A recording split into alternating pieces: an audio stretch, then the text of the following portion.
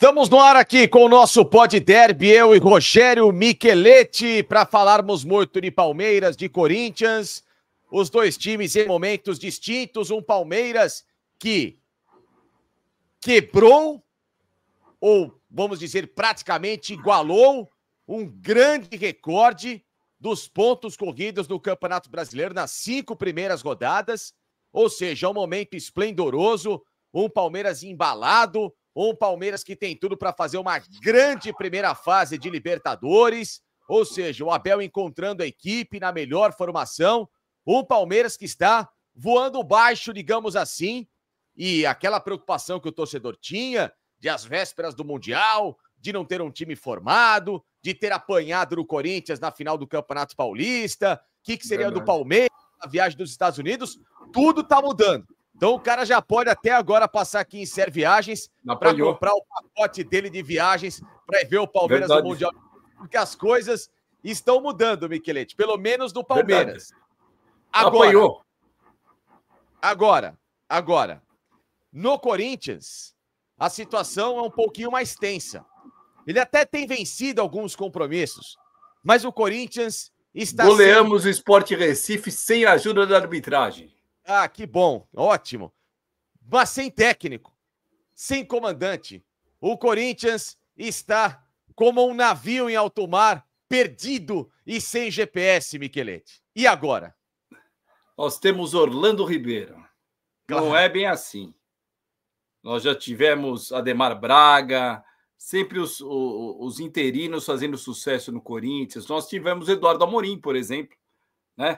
O Oswaldo Oliveira um dia foi interino, o Fábio Carille foi interino. Aliás, o nome de Fábio Carille que volta à tona no Corinthians.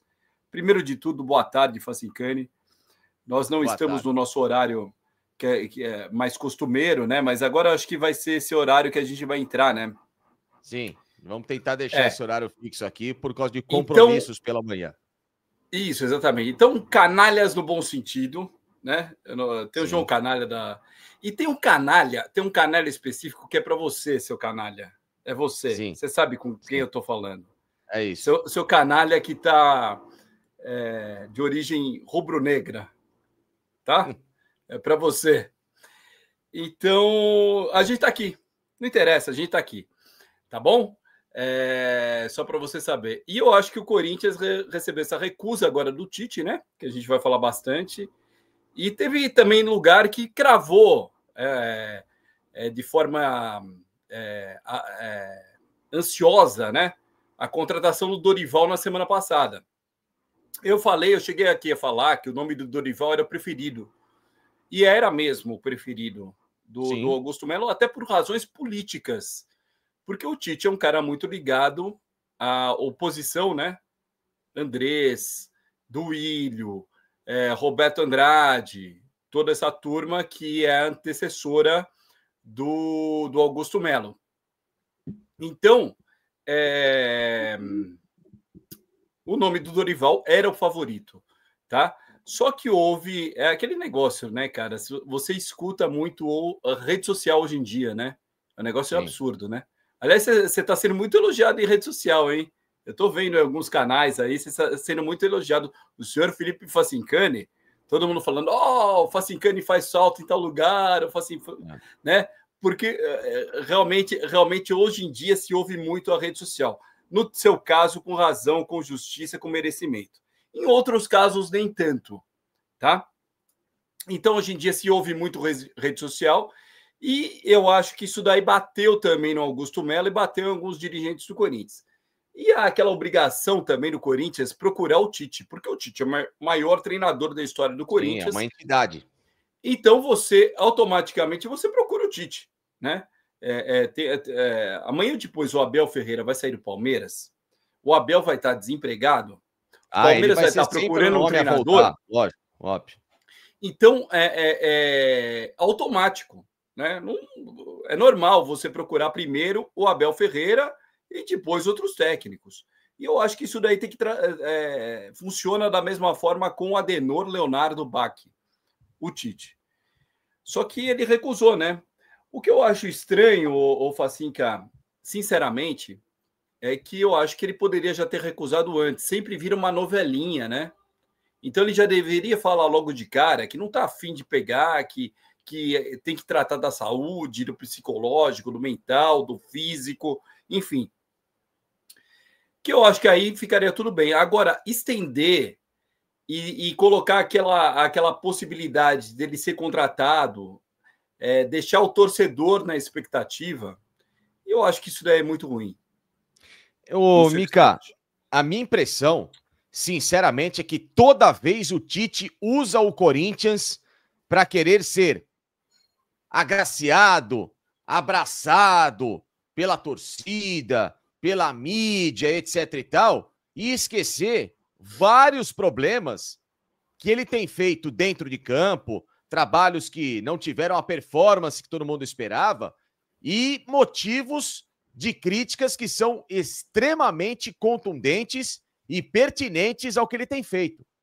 Então é a segunda vez que o Tite usa o nome do Corinthians para se promover, para gerar essa comoção, esse coitadismo, esse vitimismo, coitado do Tite, mas bonzinho, mas o Tite isso, o Tite aquilo, e no final das contas, Mica, falta o quê? Falta aquilo roxo para assumir um trabalho que hoje seria excelente e excepcional para ele voltar por cima para casa da onde ele foi tão agraciado e evidentemente vencedor. Aliás, a única, né? A gente pode pegar que ele ganhou no Grêmio lá atrás, ganhou no Inter, mas nada como o Corinthians. A verdadeira casa do Tite, onde ele venceu. Inclusive campeão carioca no Flamengo, né? Campeão carioca no Flamengo, mas a passagem dele para o Flamengo foi pífia. Grande porcaria. No geral. Hoje, desculpa, ser campeão carioca com o Flamengo hoje, grande porcaria, entendeu? Desculpa. Mas onde se vale, a cobrança que ele tinha no Flamengo era ganhar Brasileiro, Libertadores, Copa do Brasil. Fracassou em tudo. E principalmente no Corinthians, ele venceu tudo isso, exceção a Copa do Brasil. Então era um trabalho hoje, um clamor. Tudo bem, ninguém tá aqui colocando arma na cabeça de alguém para, olha, acertar, tal, não sei o quê. Ninguém é obrigado a trabalhar em qualquer lugar. Agora, abriu conversa, marcou passagem, marcou a apresentação e de última hora recusa. Desculpa, Miquelete, isso aí para mim foi uma puta de uma covardia e um tapa na cara do torcedor do Corinthians. Eu também achei muito ruim a atitude do Tite, mas eu acho que o Tite está com algum problema de saúde também. Eu acho. Eu acho que Mica, ele estava querendo. De saúde, eu acho que dessa vez ele estava querendo muito assumir o Corinthians, eu acho, tá? Mas, Mica, não é informação. Mica, rapidinho. Se você está com problema de saúde, não vai ser da noite para o dia, tá? Sim. Ainda mais a situação que ele fala de crise de ansiedade. Crise de ansiedade não vem da noite para o dia. Não, não vem. Essas crises, elas já vêm de tempo. Eu acho que ele realmente errou, né? Errou, cometeu um erro. Sabe aquela coisa que você quer esperar até os 45 do segundo tempo para ver? Putz, vamos sentir. Eu quero ver se vai melhorar, se a coisa vai andar até os 45 do segundo tempo. E eu acho que ele também recebeu uma pressão muito forte da família. Eu acho que não pode cair no discurso que o Tite é um técnico ultrapassado, nada disso. Não é discurso isso. Etarista, né? Que a gente acaba vendo em muitos lugares, né? Uma sacanagem que é feita, né? Muitas vezes, que o Tite não é um técnico velho, é um cara de 62 anos, é um cara muito antenado. Tá em plena forma ainda. Sim, Mica, tá em plena o que me forma. pega é o seguinte, sem quebrar seu raciocínio, tá? É que o Tite estava, segundo informações, apalavrado a assumir o Al Hilal depois do Mundial de Clubes, na saída do Jorge Jesus. Então, trabalhar, ele ia trabalhar. Ele está apto a trabalhar. Ele quer trabalhar. O problema é onde trabalhar. Né? Então, essa questão de, eu tô mal, eu não tô legal, tal, beleza, não tô aqui desacreditando nada. Mas se realmente você está assim, você não abre conversas com o Corinthians e nem tem pré-acerto verbal com o Al Hilal, Mica. É isso. Sim, eu acho que foi realmente uma atitude errada do Tite. Eu acho que ele deve estar repensando o que ele fez. Eu não acredito que o Tite use o Corinthians, não. Até entendo esse lado teu. Mas teve aquela outra vez lá, né, Mica? Do ano retrasado. Daquela outra vez. Mas o Corinthians também estava uma baderna, né? O Corinthians, daquela vez, para o Tite assumir, era muito difícil, né? Não era uma situação tão fácil assim para o Tite, porque o Corinthians estava sendo Hoje eu sou obrigado a dar o braço a torcer que o Duílio Monteiro Alves foi um dos piores presidentes da história do Corinthians. Eu achava que não. Eu achava que o Corinthians teve presidentes piores do que o Duílio Monteiro Alves. Mas eu acho que ele está no patamar dos piores mesmo. Sabe? A nível Vadielu lá atrás, Roberto Páscoa, sabe? Sim. Martinez, alguns presidentes do Corinthians que foram horrorosos, né? E eu acho que o Duílio hoje em dia tá nessa lista, nesse patamar dos piores do Corinthians. Ele consegue, sei lá, o Augusto em um ano já foi melhor do que o Duílio. Olha que o Augusto não é mas vem cá, aí que tá. Da outra vez, o Tite também deu a mesma desculpa, de que não vou trabalhar, de que não vou isso, e de que não vou aquilo. Flamengo. Foi lá e vai pro Flamengo. Agora a mesma desculpa de que tô assim, não tô legal de cabeça. Eu acho que vai ser muito sacanagem se ele acertar amanhã, por exemplo, amanhã ele acerta com outro time aí. Um time do exterior, aí eu vou colocar em xeque exatamente esse discurso dele, de ter falado que ele tá com problema emocional, que ele está com problema psicológico, que ele está com problema físico para se cuidar. Aí eu vou realmente bater no Tite, porque eu acho que ele vai merecer tomar esse cacete. Mas até então, não dá para cravar. Eu acho que o Tite está realmente com algum problema. Você viu o Tite, os últimos trabalhos do Tite no Flamengo? Eu notava que ele tinha uma certa limitação física. Você notou também, né? A gente chegou a comentar isso daí. Que o Tite realmente estava com alguma limitação física. E eu acho que ele não está totalmente recuperado em relação a isso. Então, por isso, ele não aceitou dirigir o Corinthians nesse momento. E eu não sei se daqui a alguns meses, né, o que vai realmente chatear o torcedor do Corinthians, eu acho que o torcedor do Corinthians tem que ficar chateado definitivamente com o Tite, caso ele acerte com o time daqui a um mês. Mas eu acho que não vai acontecer. Eu acho que vai demorar mais tempo agora para o Tite acertar. Essa história do Al-Hilal ainda vai dar pano para manga. Mas enfim, Mica, Tite, na minha visão, foi extremamente covarde em ter feito o que fez com o Corinthians até a última hora. Eu acho que eu não o chamaria assim se ele tivesse de prontidão falar do Corinthians. Amo vocês, mas agora não dá, eu preciso de um outro trabalho, quero ir para fora e jogar-se limpo, e não fizesse o Corinthians esperar até o último momento. E o Dorival, então, volta de novo a ser o plano do Corinthians. Vão convencer o Dorival? Ou essa informação de coxia de que ele estaria esperando o São Paulo, o Zubeldia e etc e tal, isso pode pesar contra o Corinthians e, de novo, o time ficar sem uma opção de mercado? Não, eu acho que vai insistir no Dorival, porque começa a ser aquela falta de opção, né? Porque hoje quem tem no mercado para ser contratado era o Tite, que eu acho que o Tite sempre tem que ser a primeira opção do Corinthians, né? O Corinthians, pela história do Tite, pelo número de títulos conquistados, por ser o técnico com maior afinidade, né?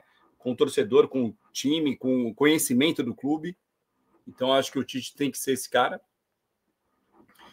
Não é o Tite. Novidade, quem tem aí no mercado? Fernando Diniz? Eu acho difícil. A rejeição no Fernando Diniz é enorme.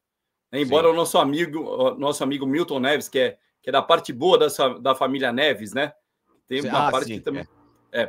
O Milton Neves, que é da parte boa da família Neves, o craque da família Neves, Milton Neves, ele defende o Fernando Diniz no Corinthians, né? Ele publicou hoje no UOL, né?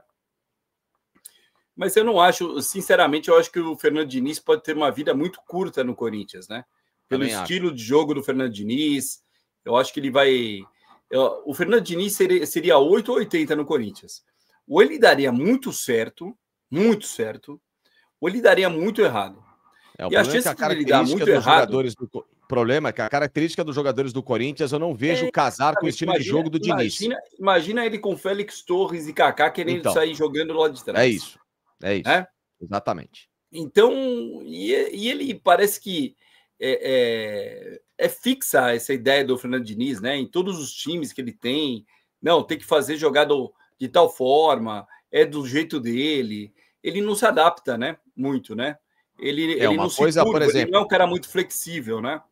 uma Eu coisa noto. é você tentar sair jogando com o Marcelo, Felipe Melo, com o André, como era uma espinha do Fluminense que deu certo. Outra coisa com o Ranielli, com o Mateuzinho, com o Félix Torres, com o Ramalho, com jogadores que são bem O inferiores Ramalho até tecnicamente sabe a esses sair caras. jogando, mas o Ramalho É um caiu muito em pouco. relação ao ano Caiu, passado, né? então, não dá para confiar, entendeu? Então é um É. nome, por isso que eu falo que o Dorival, pela simplicidade de jogo dele, pode casar com o Corinthians, Michelete. Hoje, Sim, ou é o sim. Dorival, ou eu não sei para onde que o Corinthians vai, sinceramente. Você sabe para onde o Corinthians pode ir? Hum. Para Fábio Carille. Nossa, não, não, hoje não, não. O trabalho do Carille no Vasco é sofrível, sofrível. Isso que pesa negativo contra o Carille. O trabalho dele no Vasco e o trabalho dele no Santos. Também. Né? Ele só Foram dois trabalhou no trabalhos. Corinthians e a primeira passagem, a segunda ele até foi campeão, mas não foi igual. Ele foi o último campeão antes do Ramon Dias, né? A verdade, cara, é que houve uma precipitação em relação à demissão do Ramon Dias, né? Você começa a analisar. De não ter acertado com alguém antes. Não ter acertado com alguém antes. É por isso que eu acho que é estranho isso daí acontecer com o Fabinho Soldado, porque o Fabinho Soldado geralmente acerta, né? O Fabinho Soldado é um cara de boa visão. Então tem alguma coisa que não tá batendo, tem alguma coisa estranha no Corinthians, né, cara? E eu tenho informação que o Fabinho Soldado, inclusive, era contra a demissão da família Dias aí, né? Do Emiliano e do Ramon Dias. Eu tenho essa informação. Só que o Fabinho Soldado, eu acho que foi vencido nessa batalha aí. Eu acho que o Augusto Melo, preocupado também com outras razões, né? Outros aspectos aí, resolveu tirar de foco algumas situações e acabou demitindo o Ramon Dias, né? Pressionado também por alguns conselheiros e parte da diretoria, enfim. Mas a verdade é que o Corinthians tinha que ter encaminhado, tinha que ter avançado uma outra contratação antes de ter anunciado a demissão do Ramon Dias. Quando o Corinthians anunciou a demissão do Ramon Dias, eu suspeitei que havia um técnico muito bem encaminhado. Eu também. Hoje, o que eu percebo, hoje não havia. É uma bagunça. Não havia esse técnico. Não tem. Não havia. E agora o Corinthians vai tentar caçar no mercado. E não é só o Corinthians que está procurando técnico, porque o São Paulo amanhã, se tomar uma piaba, o São Paulo vai atrás de técnico, o Santos vai atrás de técnico, o Grêmio estava indo atrás de técnico até o outro dia. O Grêmio fechou com o Mano. O Santos pode efetivar o César Sampaio. Então, São Paulo e Corinthians estão brigando aí por Dorival, que é o caso agora, que são os preferidos, e o Fernando Diniz, que está lá esperando algum corajoso. Fora alguns outros nomes, né, que são cogitados no Corinthians, como o Luiz Castro. Que não dá para confiar muito em relação a receber uma proposta de fora e ir embora. Sim, sim. O Luiz Castro, que foi, inclusive, muito sondado pelo Corinthians antes do acerto do Vitor Pereira. Sim. O Luiz Castro, o Vitor Pereira era um plano B no Corinthians na ocasião. O Vitor Pereira virou plano B. Por causa da grana. Por causa. E o Luiz Castro acabou acertando com o Botafogo. O Luiz Castro recusou o Corinthians para ir para o Botafogo. Sim. Tá? Muito torcedor do Corinthians não lembra disso daí, mas foi isso que aconteceu. O Luiz Castro optou pelo Botafogo, pelo projeto do Botafogo, e acabou indo para o Botafogo. E o Vitor Pereira chegou à ocasião, né? Espero que não volte nunca mais para o Corinthians, o Vitor Pereira. Vitor Pereira, enfim, que está arrebentando no Wolverhampton. Mica, bate o martelo, então. Para você, entre Diniz, esses caras do mercado, quem que tem que ser o nome do Corinthians, então? O que sobrou mesmo é o Dorival, né? Tem peito para isso? Não sei, mas eu acho que é o único com condição hoje de assumir o Corinthians. O Diniz é um risco. Jorge Sampaoli, por exemplo. Nossa, não.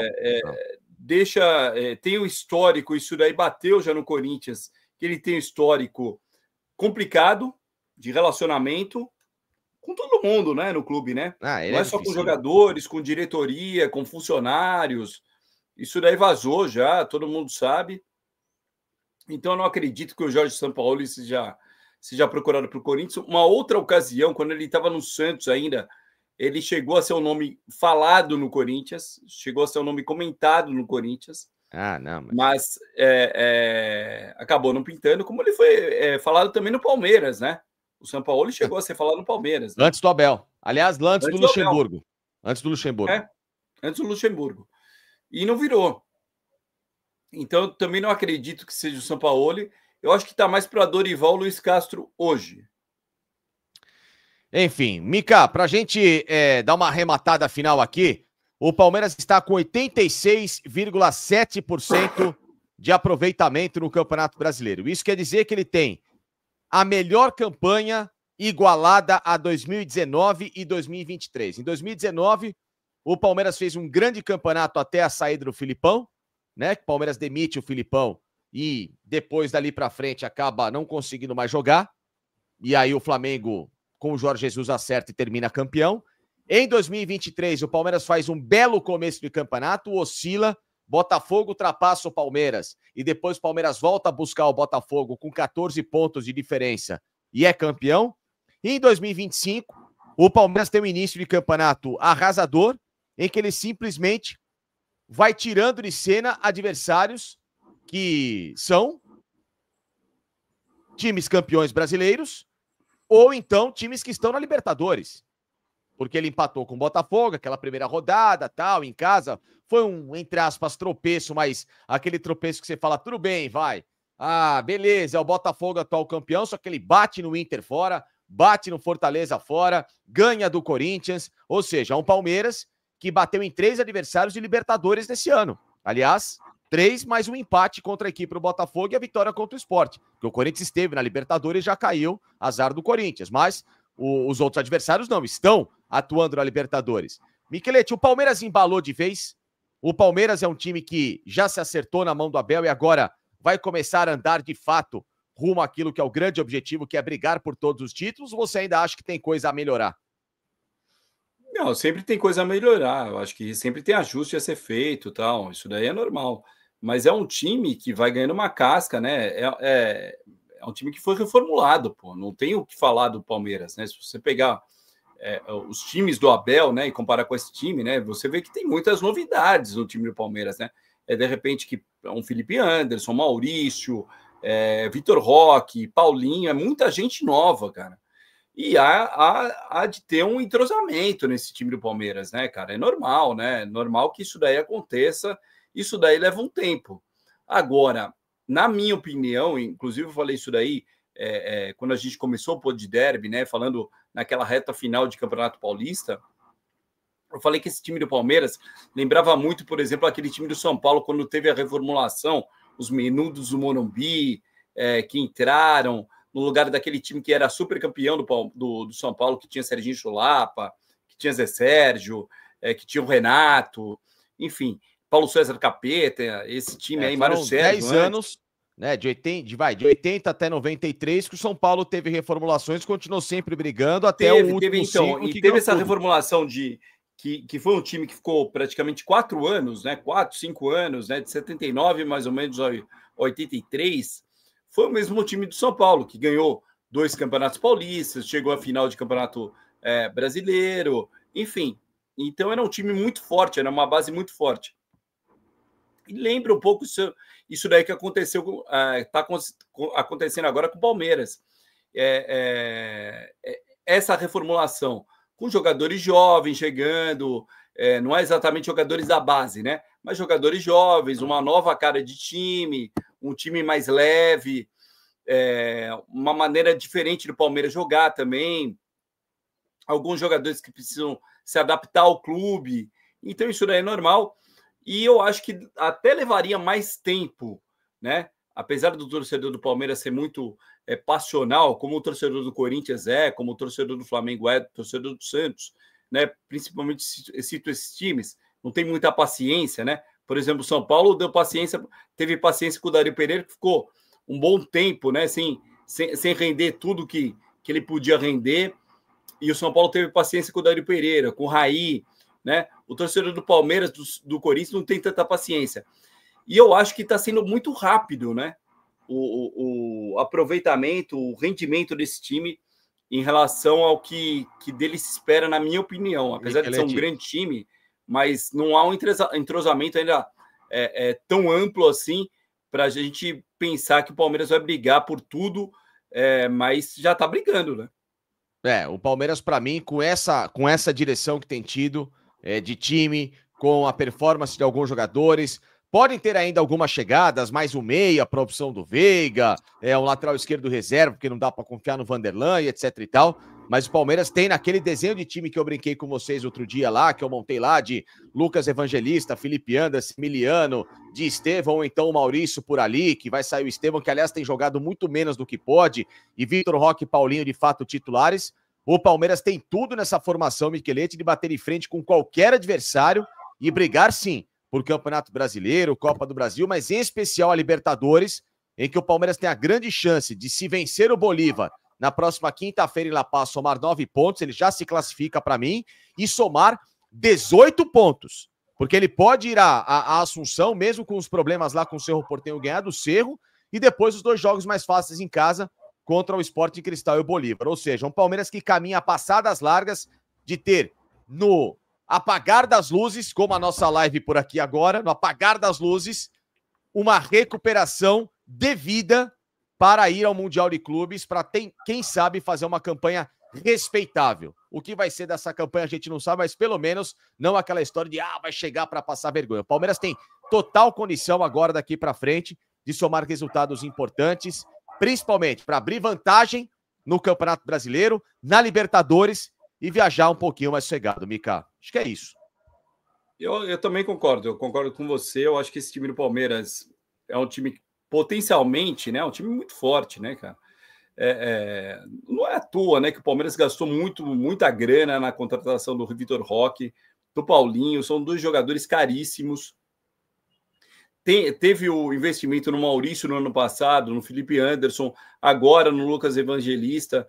Quer dizer, é uma qualidade muito boa do Palmeiras, né? É o que a gente espera do Palmeiras, que com o passar do tempo a coisa melhore. Mas os resultados já começaram a pintar agora, né, no Campeonato Brasileiro, né? Então, quando a coisa melhorar mesmo, quando esse time estiver entrosado, aí vai ser difícil para o Palmeiras. É isso, Mica. Bom, Pod Derby de hoje fica por aqui. A gente volta amanhã com mais uma edição de Pod Derby, entendeu? Com mais materiais aqui de Palmeiras e Corinthians. Quem sabe com definição de técnico do Corinthians, com o Palmeiras também. Então, Mica, até a próxima. Obrigado, como sempre. E continuamos juntos, apesar de tentarem. Nada vai separar aqui este Pod Derby maravilhoso, com o apoio de Ser Viagens. E deixa like, pelo amor, esqueci de pedir like. Deixa o like, tá bom? É muito importante pra gente. E olha, canalha, deixa o seu like também, hein? Deixa o seu like. Eu sei que você gosta também de estar vendo a gente. Eu tenho certeza que você vai ver esse programa aí. Seus canalhas, deixa o seu like aqui. É isso. Até a próxima, senhoras e senhores. Esse foi mais uma edição do nosso Pod Derby. Tchau, tchau.